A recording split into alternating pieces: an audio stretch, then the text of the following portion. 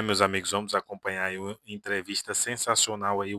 O Campos Neto tratorou aí a militância da Globo sem dó. Ele aí falou sobre a gestão dele, na época da gestão dele, e falando aqui, falou também do desastre e do desgoverno Lula, desastre, a forma que vem conduzindo e acabando com o futuro do Brasil, colocando a dívida no maior patamar histórico do Brasil. Aí 5% ao ano, uma dívida quase impagável se tornou. Vamos acompanhar essa entrevista, tá sensacional. Deixa aqui o seu like já deixa o like, se inscreva no canal se você não for inscrito e vamos acompanhar essa entrevista, tá sensacional. Do BC. Já estava brincando aqui no bastidor com o senhor, o que o senhor mais sente falta, né? O que o senhor não sente falta do BC, mas a gente viu muitas críticas ao longo da gestão do senhor por parte do governo Lula, porque o senhor não cortava os juros. A gente não está vendo isso acontecer na gestão do presidente Gabriel Galípolo. E o Haddad aqui na semana passada disse que considera o Banco Central do Brasil um dos mais duros do mundo. Como que o senhor avalia essa declaração? Olha, essa parte eu não tenho saudade. Eu acho que faz parte do trabalho do Banco Central, né, ser duro. Eu acho que o Banco Central do Brasil tem adotado taxas mais altas, mas isso não é a causa, né? Isso é uma consequência de uma incerteza fiscal mais elevada. Quando a gente pensa que esse ano a dívida bruta do Brasil vai crescer em torno de 4,5%, é um crescimento muito alto. As pessoas olham para frente e olham assim, o que é o arcabouço fiscal, o que é a situação fiscal e o que está fora do arcabouço fiscal. E outro dia eu vi que vocês falando sobre isso aqui no programa, que no final as pessoas começam a olhar não mais o arcabouço fiscal e sim qual é a trajetória de dívida bruta ao longo do tempo. E como está subindo 4%, 4,5%, e é difícil, mesmo que tenha uma queda pequena de juros, é difícil você reverter muito isso, então o outro lado disso é uma taxa de juros mais alta. No final das contas, quando o governo deve muito, ele compete pelos mesmos recursos. Quando ele compete pelos mesmos recursos, você acaba tendo uma pressão, né, no Banco Central para trabalhar com juros um pouco mais altos. Então eu estaria fazendo a mesma coisa que o Gabriel está fazendo, não tenho nenhuma crítica ao trabalho que tem sido feito. Imagino que em algum momento vai abrir um espaço para ter uma queda de juros. Não imagino que vai ser uma queda muito grande, porque para ter uma queda muito grande de juros, uma queda que mude, vamos dizer assim, o patamar de juros, você precisa ter uma percepção de mudança do patamar, né, de convergência da dívida a longo prazo, e isso eu não vejo acontecendo no momento. O senhor não ouviu nenhuma, vou passar para o Thomas, mas só para não perder essa, o senhor, durante a gestão do senhor, em nenhum momento o senhor olhou e falou, acho que dava para ter cortado aqui e acolá. O senhor, quando faz essa análise de como foi o último ano, principalmente, acho que ali foi o momento de mais pressão, o senhor acha que não dava para fazer diferente? Olha, a gente faz o trabalho com a informação que se tem no momento, né? Então, muitas vezes depois, quando você já tem muita mais informação, você olha para trás e fala, olha, se eu tivesse essa informação de hoje naquele momento, eu teria feito diferente. A pandemia foi um claro exemplo, onde a gente foi cortando juros, o mundo achava que ia ter uma depressão muito grande, a depressão se transformou numa recessão pequena em alguns casos, e é óbvio, olhando para trás, se eu tivesse a informação de que a recuperação ia ser tão forte, provavelmente a gente teria feito as coisas diferentes, mas é importante que a gente sempre justifique o que a gente fez com a informação que a gente tem no momento. E tem os tipos de erro também, todo Banco Central pensa, bom, eu posso errar para mais e errar para menos.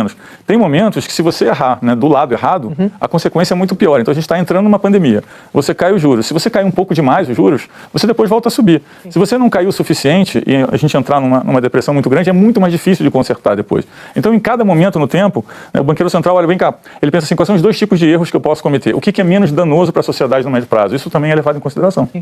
Queria falar duas coisas para frente. O senhor falou sobre, né, que o senhor concorda basicamente com a evolução dos juros da atual gestão. O senhor falou que haverá, que o senhor prevê aí uma queda em algum momento. Primeiro, eu acho que a pergunta de 10 entre 10 banqueiros hoje é quando? Quando começaria esse ciclo? E a segunda coisa, o senhor falou sobre a questão do arcabouço. O senhor acha que haverá a situação fiscal vai obrigar a haver uma revisão do arcabouço em 27, 28, enfim, em algum momento? Primeiro, em relação à taxa de juros, acho que parece que está abrindo espaço para uma queda. Entendo que a queda será pequena. 2027 é um ano eleitoral. Vai ter... 2026 é um ano eleitoral, vai ter muita incerteza em torno das eleições.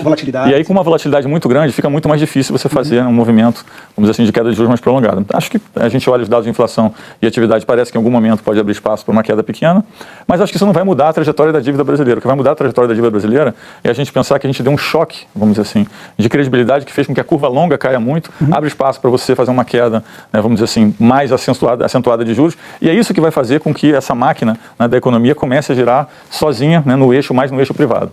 Tá, mas esse choque é um novo arcabouço, uma nova lógica fiscal? Isso, aí em relação ao fiscal, eu acho que independente do governo, a gente vai se deparar com uma situação onde a gente vai precisar dar um choque de credibilidade positiva. Eu venho falando disso há muito tempo.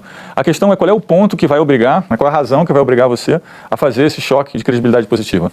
A gente pode proativamente falar, olha, a gente está indo para uma trajetória de dívida que não é sustentável e fazer um choque positivo, ou a gente pode ser obrigado, por razões de mercado, por movimentos não lineares na taxa de câmbio, na taxa de juros, falar, olha, chegamos numa situação crítica, estilo Argentina, e vamos ter que fazer aqui, né, um plano assim, de revisão fiscal, no sentido de mostrar, né, para os agentes econômicos que a gente vai perseguir uma convergência da dívida. Acho que pode ter os dois lados.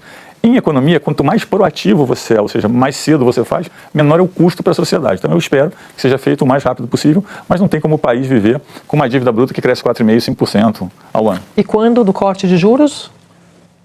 Olha, eu estou no outro lado. Eu estou no lado do muro e eu acho que eles estão fazendo um trabalho bem feito, então é difícil. Tá. E quando você está no Banco Central, a pior coisa que você mais odeia é alguém do outro lado, né, dando pitaco. Mas eu acho assim, melhorou o cenário, melhorou pouco. Eu acho que eles estão passando uma mensagem dura com razão. Tenho incertezas em 26, porque pode ser que tenha muita volatilidade, né? Então eu acho que eles têm que ir devagar, testando. Mas, de novo, não é isso que vai fazer a gente mudar de patamar nesse momento. Não é cair os juros 2%, 2,5% ou subir. Isso não vai mudar a realidade brasileira. A realidade brasileira, nós temos um problema onde não existe credibilidade fiscal e as taxas de juros longas são muito altas. Quando o governo emite uma taxa de juros real, um título, em taxa de juros real a 8%, isso não tem a ver com a política de curto prazo do Brasil. O que está por trás dessa missão é as pessoas dizendo, olha, não tenho confiança na sua credibilidade de me pagar no longo prazo. Então a gente tem que atacar esse ponto. Bem, eu acho que a questão, aí vai entrar uma questão política. O senhor acredita, na sua avaliação, que um Lula 4 faria um choque desse, ou o senhor acha que isso é uma questão que, provavelmente, a oposição estaria mais disposta a fazer um choque, como o senhor está imaginando? Não, como eu disse, eu acho que qualquer governo vai ter que endereçar esse tema. A questão é como vai ser endereçado, né? Qual é a velocidade. A gente aprendeu recentemente, se é proativo ou não, e qual é a velocidade. A gente aprendeu recentemente duas coisas. Ser proativo diminui o custo para a sociedade e ser mais rápido também diminui o custo. Fazer ajustes grandes, faseados, acaba que você não consegue chegar no fim. A gente teve algumas experiências recentes no mundo emergente. Então eu espero que seja mais proativo e que seja mais rápido. Deixa eu só fazer uma pergunta ainda de Banco Central.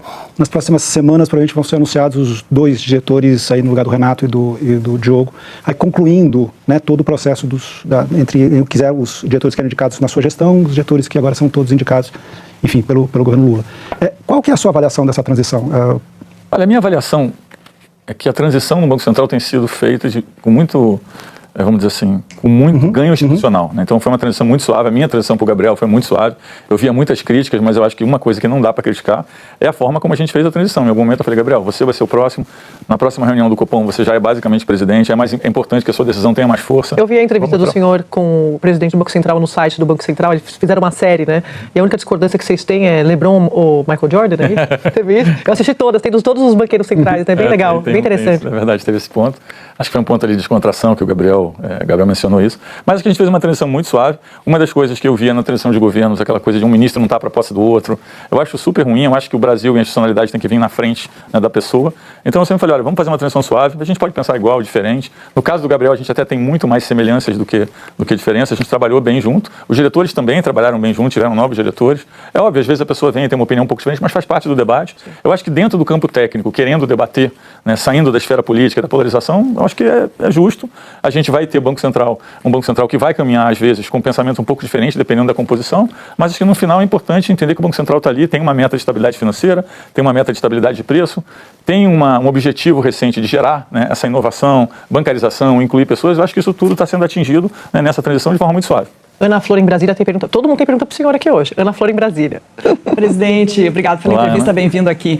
Presidente, o Banco Central conseguiu construir nas últimas décadas a grande solidez do sistema financeiro nacional. Há uma preocupação hoje com uma instituição, que é o Banco Master, que teve pelo próprio Banco Central a compra pelo BRB negada, e há uma preocupação até de risco sistêmico ainda, por conta da liquidez ou até para o Fundo Garantidor de Crédito. Queria que o senhor falasse como é que foi o início dessa negociação ainda na sua gestão, se o senhor vê algum risco e, claro, se a solução disso passa por recursos públicos.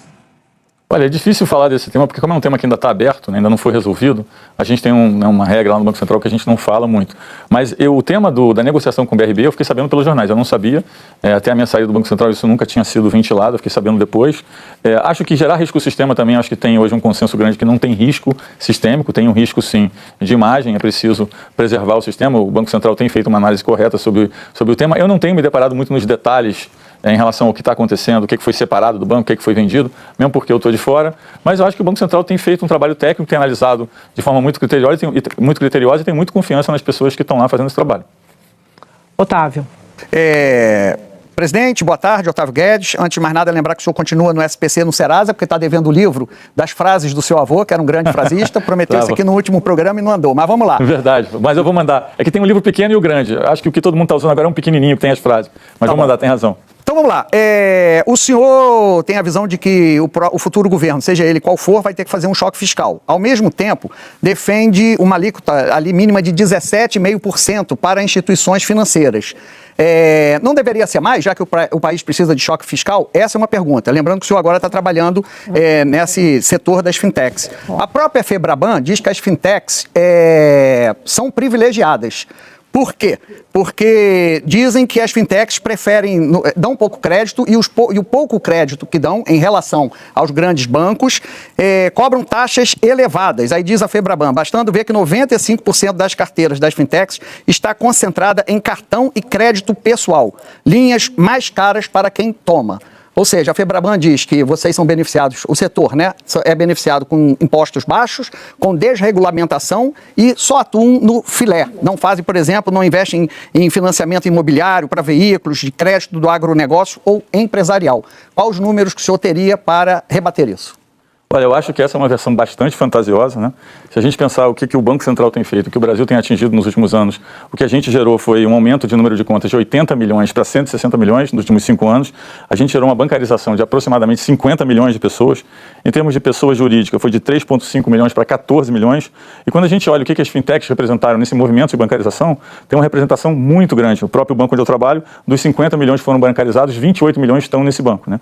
Você bancarizar um cliente, né? Você começar a atender uma pessoa que nunca teve uma conta bancária, está longe de ser um filé, é uma tarefa muito difícil, porque alguém que não tem história de crédito, alguém que nunca participou nesse mundo de crédito. Quando a gente pensa em concorrência, a gente somar S3, S4 e S5, a gente tem uma desconcentração, que é uma coisa que toda vez que eu ia no Congresso, alguém reclamava, olha, o sistema é muito concentrado, tem que fazer alguma coisa. Então, se a gente pensar S3, S4 e S5, a gente foi de 12%, né, esse grupo de bancos, para 27%. Quando a gente pensa em cartão de crédito, tinha uma concentração entre os 4 maiores bancos de 82%, hoje é 57%. A gente fala em custos de acesso. Vale a pena mencionar o tema das tarifas. A tarifa média de uma fintech é R$ 2,5. A tarifa média de um banco grande é R$ 85. Estamos falando de 34 vezes mais. Ou seja, os bancos grandes cobram 34 vezes mais tarifa que os bancos pequenos. Quando a gente pensa em termos de eficiência, tem um estudo recente da FMI que saiu agora, 2 semanas atrás, que mostra que as fintechs reduziram os juros em 2,9% e quando a gente pensa em margem líquidas, 1,3%. Quando a gente pensa em índice de satisfação do cliente, que é o mais importante, as fintechs têm um resultado muito bom em relação a isso. E quando a gente pensa em imposto, finalmente, que acho que é a alegação que está sendo usada aí, o imposto não é só o CSLL. O imposto você pega tudo que você ganhou, todos os impostos que você paga, todas as deduções que você tem, acha um resultado e qual é o imposto que você paga sobre isso. Quando a gente analisa esses números, a gente vê que em 2023 as fintechs foram 36,5%, os bancos foram 8,9%, e em 2024 as fintechs foram 29,7% e os bancos foram 12,2%. Então o que eu propus, na verdade, é uma coisa muito em linha com o que o ministro Haddad tinha proposto para a pessoa física. Como tem muitos descontos, tem muito planejamento tributário que é feito, vamos fazer o seguinte, vamos colocar uma taxa mínima para todo mundo. E aí, se os bancos grandes tiverem muitos descontos, eles têm que pagar essa taxa mínima. Isso é o justo, porque no final das contas a gente está falando do imposto efetivo que é pago. Então não estou falando nada muito diferente, não tem, vamos dizer assim, esse argumento não tem nenhum objetivo de endereçar o tema fiscal, é só falar, olha, não dá para comparar coisas diferentes, vamos comparar um imposto que é pago de fato. E vamos olhar os últimos 2 anos. As fintechs pagaram muito mais imposto em cima do resultado do que os bancos. Então vamos colocar uma barreira mínima. Então, pega o imposto, tira todos os descontos e vamos colocar igual para todo mundo. O que as fintechs querem é pagar igual. Agora, já está pagando mais, ainda querem aumentar mais o imposto, eu acho que isso vai em contra, na verdade, a mensagem que a gente está tentando passar é que a gente quer bancarizar as pessoas. A gente quer levar, né, o banco onde não existem bancos. Quando a gente pega as áreas remotas do Brasil, quando a gente pega a população mais carente carente tem conta hoje em fintech. Roberto então, acho que é importante colocar tudo isso em perspectiva. Desculpe a resposta longa. Não, sei. Aqui é para explicar mesmo. Eu concordo com essa bancarização que as fintechs fizeram e que o Pix virou a moeda da informalidade nesse país. Você vai na praia, você só paga, só compra sorvete, mate e biscoito de polvilho se tiver Pix. Mas o que os bancos estão falando não é sobre os benefícios que as fintechs trouxeram, é sobre não paridade de armas competitivas. Existe essa falta de paridade? Porque vocês são menos regulados. Assim, e para fim, com menos regulação, por exemplo, teve uma operação da Receita que descobriu uma fintech do crime. Isso é ruim para o setor. Imagino que seja péssimo para o banco para o qual você trabalha, porque você acaba generalizando e achando que as fintechs podem trabalhar para o crime, etc, etc. Então, esses 2 aspectos.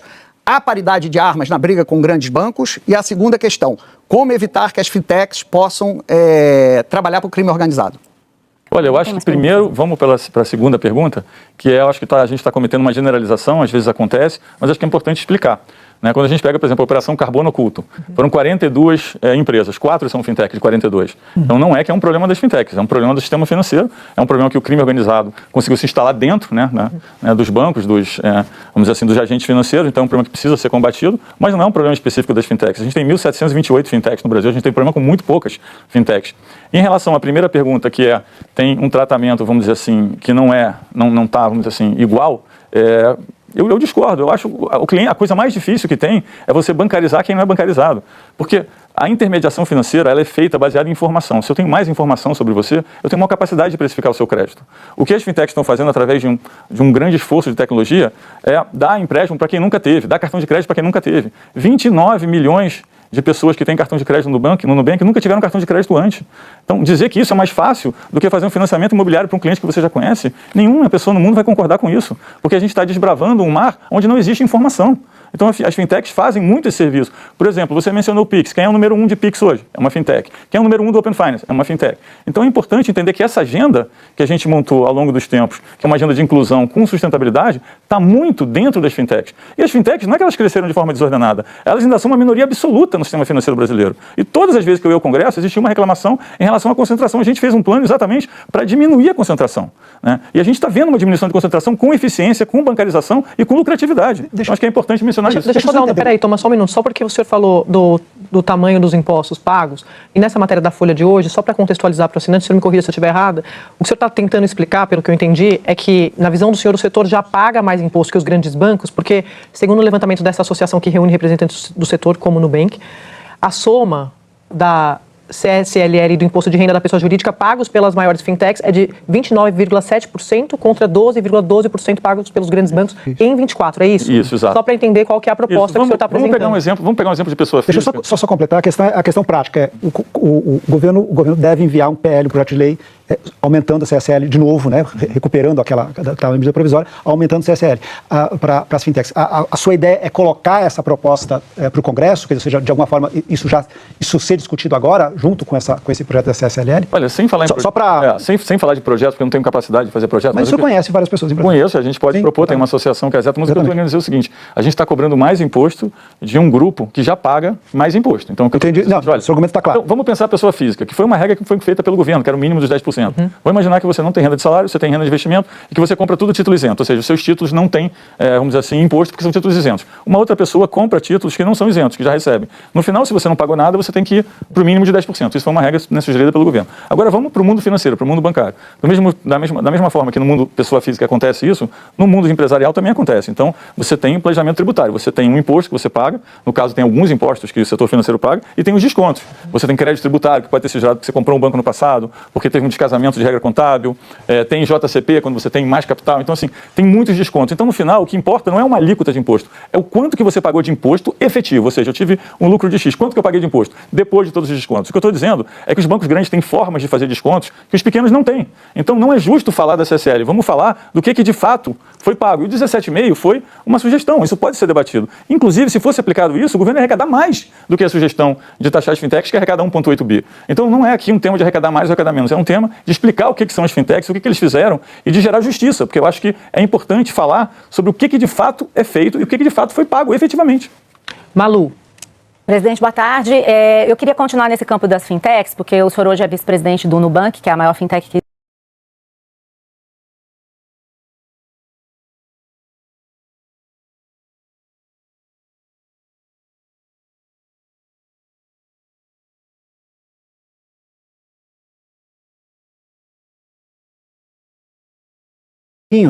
alguns ralos que estavam ali levando a operação de fintechs que estavam envolvidos com o crime organizado? Olha, de novo, Valdo, eu acho que é uma generalização, porque no final das contas... Não, mas eu não estou generalizando. Não, presidente, eu não estou generalizando. Eu só estou dizendo a existência dessas poucas empresas, eu entendo, a existência dessas poucas fintechs que acabaram se envolvendo com o crime organizado. Não estou generalizando de forma alguma, sei que são poucas mesmo. Se for no universo... Não é nem 1%. Mas né? deixa eu só explicar um ponto aqui rápido. Não teve um buraquinho ali que faltou tapar? Tá, deixa eu explicar um ponto rápido em relação a isso. A regulação bancária mundial ela tem duas vertentes muito claras. Uma uma que se chama mesmo produto, mesma regulação. Same product, same regulation. Ou seja, se você oferece o mesmo produto com o mesmo tipo de risco, você tem a mesma regulação. E a segunda é mesmo risco, mesma regulação. Same risk, same regulation. Então, o jeito que o Banco Central regula qualquer agente financeiro é olhar qual é a grade de produtos que ele tem e qual é o risco que ele oferece para o sistema como um todo. Isso é aplicado em todos os casos. Quando a gente pensa, por exemplo, em operações, em instituições que estão operando sem licença, a gente tem mais OCD, que são sociedades de crédito, tem mais IPs do que fintech hoje. É que a gente, quando vê a notícia, acaba falando fintech. Mas tem muito mais gente operando sem licença que não são segmentos fintech, são outros segmentos. A gente tem segmentos de OCD, que são sociedades de crédito, tem IPs, tem corretoras que operavam sem licença, a gente já descobriu isso várias vezes. Tinha corretoras antigamente ligadas ao tema do ouro, que inclusive foi um tema abordado aqui. Então, sim, tem, óbvio, acontece com fintechs também, acontece, mas é minoria, né? Então, não existe um problema específico das fintechs, existe um problema da regulação. A gente tem muitas empresas abrindo, o Banco Central às vezes tem dificuldade de aprovar todas as empresas no tempo necessário. Eu estava lá, a gente fazia um esforço danado para que nenhuma aprovação demorasse mais de um ano, às vezes é difícil, mas assim, o que eu quero dizer aqui é que não tem um problema específico das fintechs. Tem um problema que foi causado pelo crime organizado se infiltrar dentro, vamos dizer assim, com funcionários dentro de instituições financeiras, que aconteceu em todos os tipos de instituição financeira. Presidente, a gente está quase terminando, mas eu preciso perguntar sobre a eleição de 26. O senhor tem alguma pretensão de participar como conselheiro ou assessor de uma campanha da direita? Posso fazer uma pergunta? Em 27? Pera, primeiro deixa o presidente responder essa, depois a gente... Olha, essa pergunta me fazem desde o meu segundo ano do Banco Central. Eu sou uma dessas. Exatamente. Eu sempre disse desde o segundo ano do Banco Central que eu gosto de finanças e tecnologia, sou apaixonado por esse tema de levar serviços financeiros para onde não existe, desse mundo de inovações, né, que fazem a vida das pessoas ficar melhor. Sempre achei que a tecnologia é um elemento muito democratizante, porque consegue reduzir custo e dar serviços de uma forma muito mais ampla, e sempre disse que queria trabalhar com isso quando saísse do Banco Central. Então teve boato que eu ia ser senador. Não, mas o senhor fez isso. Então eu fiz isso. Eu estou perguntando de 26. Não, estou perguntando de 26. Eu acho que eu quero continuar, né? O que eu tenho dito é que eu vou continuar fazendo isso, eu não tenho nenhuma visão diferente. Eu estou perguntando isso porque no final do governo Bolsonaro, muita gente dizia que o senhor poderia ir para o Ministério da Fazenda, tal. O senhor não pensa em ser ministro da Fazenda? Não. Agora eu penso no meu trabalho lá no Nubank, acho que a gente tem muita coisa para fazer. Estamos abrindo um banco nos Estados Unidos, que é um trabalho bastante grande, e acho que tem bastante desafio. Estou muito feliz com esse trabalho. Torço pelo Brasil, acho que é importante. Sempre digo, o Brasil tem que vir acima de qualquer pessoa, qualquer política. E eu acho que esse é o pensamento do Nubank também. Essas respostas todas o senhor aprendeu em Brasília nesses anos. Começa falando de tecnologia. Aprendi com você algumas delas. Tá bom. De tanto que eu pergunto para o senhor, para todas as fontes. Obrigada, presidente. Muito obrigado, André. A gente está sempre à disposição Thomas. aqui. Eu sempre assisto o programa de vocês. Obrigado a todos que estão nos assistindo. Meus amigos, acompanhamos aí o debate aí com o ex-presidente do Banco Central, o Campos Neto, que fez um trabalho brilhante à frente do Banco Central, eleito aí o melhor presidente de Banco Central do mundo, o melhor presidente de Banco Central no mundo, o presidente Bolsonaro, juntamente com o Paulo Guedes, que é um gênio aí da economia, reconhecido aí mundialmente como um dos melhores economistas do mundo, Paulo Guedes, e estava fazendo um trabalho brilhante, mas infelizmente fomos aí impactados com o comunismo no Brasil, que se aliou com a turma do STF e colocou o descondenado lá na presidência. Mas o Brasil vai se levantar e vai dar a volta por cima por tudo que está acontecendo no Brasil. E, pelo menos, para tentar diminuir esse impacto que o Brasil está tendo na maior dívida aí da sua história, levando ao caos, ao colapso financeiro muito, muito, muito em breve, tá? Vai acontecer isso, o governo só quer gastar, gastar, gastar, gastar, gastar, gastar e gastar, e não pensa em cortar gastos. Só a Janja com cartão corporativo. O Lula já gastou por dia. Temos aí pouco mais de mil dias de mandato do Lula. Mais de 5 milhões por dia. Por dia eles gastam 5 milhões em viagens. 5 milhões por dia em viagens. Já são mais de bilhões, 5 bilhões de reais só em viagens. O cartão corporativo, você já sabe, né? É 100 anos de sigilo. A dona Janja é 100 anos de sigilo no cartãozinho corporativo, que ela foi para a França primeiro. Primeiro foi para a França, para depois ir para a Indonésia. Ela primeiro foi na França, lá dizem que é se encontrar lá com o presidente da França, todo mundo, né? Falei algumas coisinhas. E gastar no cartão corporativo, e adivinha quem é que vai pagar a conta? Eu e você. Saiu agora algumas reportagens sobre o INSS, que vai entrar em colapso aí, não vai ter dinheiro para pagar mais os aposentados. Olha só essa triste notícia. As pessoas que trabalham a vida toda não vai ter mais ali seu benefício, que tem direito sim, tem muito direito, mas devido ao desgoverno Lula, a falta de administração desse desgoverno, isso vai acabar. Galera, se você está assistindo esse vídeo até agora, é importante aqui você deixar o seu like, deixe o seu like nesse vídeo, se inscreva no canal para você acompanhar todos os vídeos. Tamo junto e até o próximo vídeo.